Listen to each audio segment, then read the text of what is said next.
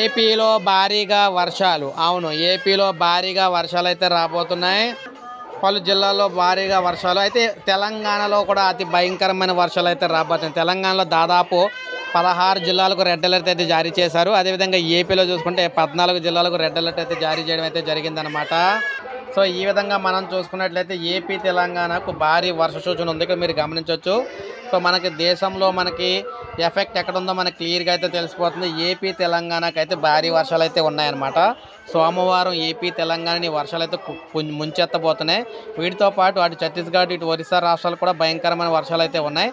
అయితే మనం ఏపీ తెలంగాణ 2 రాష్ట్రాల గురించి ఇక్కడ మనం చెప్పుకుంటున్నాం కాబట్టి ఈ 2 రాష్ట్రాల్లో భారీ వర్షాలు అయితే ఉన్నాయన్నమాట. అయితే ఏపీలో మాత్రం రాయలసీమలో కొంతవరకు తగ్గుముఖం అయితే ఉన్నాయి. అంటే మరీ పెద్ద వర్షాలు అయితే గట్టిగా పడవు. ఆ తెలంగాణలో మాత్రం రాష్ట్రం అంతా కూడా భారీ వర్షాలు అయితే ఉన్నాయన్నమాట. సో ఇది మనకు లేటెస్ట్ అప్డేట్. ఒక లైక్ చేయండి, సబ్స్క్రైబ్ చేసుకోవద్దు, మన ఛానల్ సబ్స్క్రైబ్ చేసుకొని ఫాలో అవుతానండి. ప్రతి అప్డేట్ వెదర్ రిపోర్ట్ మీకు ఇస్తూనే ఉంటాను.